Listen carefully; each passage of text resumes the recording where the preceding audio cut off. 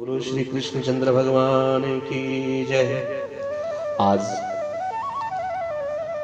निर्जला एकादशी के उपलक्ष्य में सभी भक्तों से निवेदन है कि आज आप ये कथा अवश्य सुने। अथ ज्येष्ठ शुक्ला एकादशी की व्रत की कथा, इसको निर्जला एकादशी कहते हैं, पंजाबी में निमाणी एकादशी कहते हैं। आइए इस कथा का हम श्रवण करें।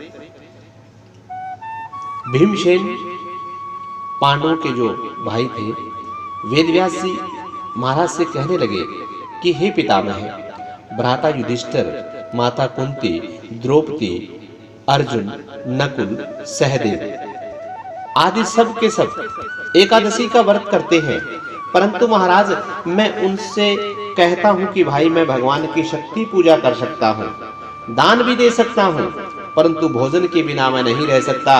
इस पर व्यास जी महाराज कहने लगे, हे भीमसेन, यदि तुम नरक को बुरा और स्वर्ग को अच्छा समझते हो, अर्थात तुम नरक और स्वर्ग को मानते हो, तो प्रति मास ही दोनों एकादशियों को अन्न मत खाया करो। भीमसेन कहने लगे कि हे पितामह, मैं तो पहले ही कह चुका हूं कि मैं भूख सहन नहीं कर सकता। यदि वर्ष भर में कोई एक व्रत ही हो तो वह जरूर मैं रखने का प्रयास करूंगा, क्योंकि मेरे पेट में वक्र नाम की अग्नि है, सो मैं भोजन किए बिना नहीं रह सकता। भोजन करने से वह शांत रहती है, इसीलिए पूरा उपवास तो क्या, मैं एक समय भी बिना भोजन किए नहीं रह सकता, और मेरे लिए रहना बहुत कठिन है। अतः आप मुझको कोई ऐसा व्रत बताइए जो खाली वर्ष में एक बार करना पड़े, मुझको स्वर्ग की भी प्राप्ति हो जाए। श्री वेदव्यास जी महाराज कहने लगे कि हे पुत्र, बड़े बड़े ऋषियों ने बहुत शास्त्र आदि बनाए, जिससे बिना धन के थोड़ा परिश्रम से ही स्वर्ग को प्राप्त हो सकता है। इसी प्रकार शास्त्रों में दोनों पक्षों की एकादशी का व्रत मुक्ति का मार्ग बना रखा है। श्री व्यास जी महाराज के वचन सुनकर के भीमसेन नरक में जाने के भय से भयभीत हो गया और कांपने लगा और कहने लगा कि अब मैं क्या करूं। मास में एक महीने में 2 व्रत तो मैं नहीं कर सकता, हाँ वर्ष में कोई एक व्रत हो, एक साल में कोई एक व्रत हो तो करने का प्रयत्न अवश्य करूंगा। अतः वर्ष में एक दिन व्रत करने से यदि मुझे मुक्ति मिल जाए तो ऐसा कोई व्रत बताइए महाराज। यह सुनकर के व्यास जी कहने लगे कि वृष और मिथुन की संक्रांति के बीच में ज्येष्ठ महीने में शुक्ल पक्ष की एक एकादशी आती है, उस एकादशी का नाम निर्जला एकादशी है।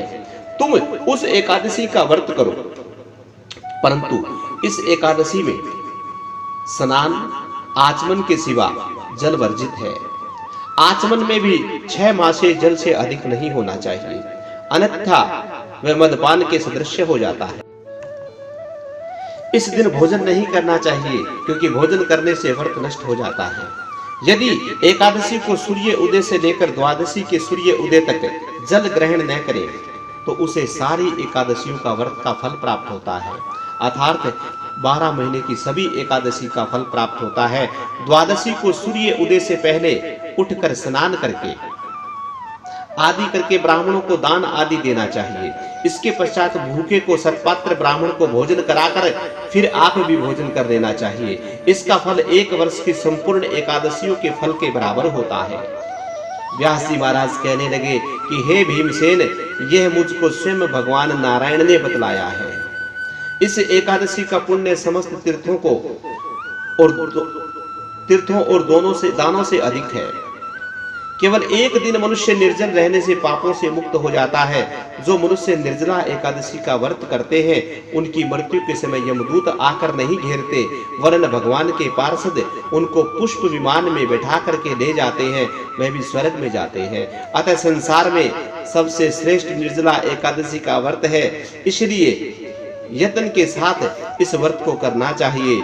उस दिन ओम नमो भगवते वासुदेवाय नमः इस मंत्र का उच्चारण करना चाहिए, गो का दान करना चाहिए। इसी प्रकार व्यास जी महाराज की आज्ञा के अनुसार भीमसेन से इस व्रत को किया। इसलिए इस एकादशी को भीमसेनी एकादशी या पांडव एकादशी भी कहते हैं।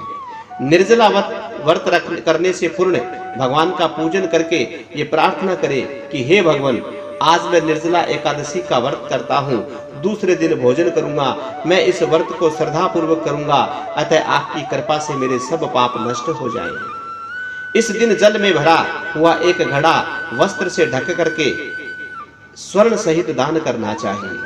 जो मनुष्य इस व्रत को करते हैं उनको करोड़ पल सोने के दान का फल मिलता है। और जो इस दिन यज्ञ आदि करते हैं उनका फल तो वर्णन नहीं किया जा सकता। इस एकादशी के व्रत से मनुष्य विष्णु लोक को प्राप्त होता है। जो मनुष्य इस दिन अन्न खाते हैं वे चंडाल के समान माने जाते हैं, वे अंत में नरक में जाते हैं। जिसने निर्जला एकादशी का व्रत किया है वह चाहे ब्रह्म हत्यारा ही क्यों ना हो, मदपान करते हो, चोरी करते हो या गुरु के साथ द्वेष करने वाले हो, मगर इस व्रत को करने से सब स्वर्ग में जाते हैं। हे कुंती पुत्र, जो पुरुष या स्त्री श्रद्धा पूर्वक इस व्रत को करते हैं उनको ऊपर लिखित कर्म करने चाहिए। प्रथम भगवान का पूजन, गौदान, ब्राह्मणों को मिष्ठान व दक्षिणा देनी चाहिए तथा जल से भरे कलश का दान अवश्य करना चाहिए। निर्जला के दिन अन्न, वस्त्र, उपाहन, जूती आदि का दान भी करना चाहिए। जो मनुष्य भक्ति पूर्वक इस कथा को पढ़ते या सुनते हैं उनको भी निश्चित ही स्वर्ग की प्राप्ति होती है।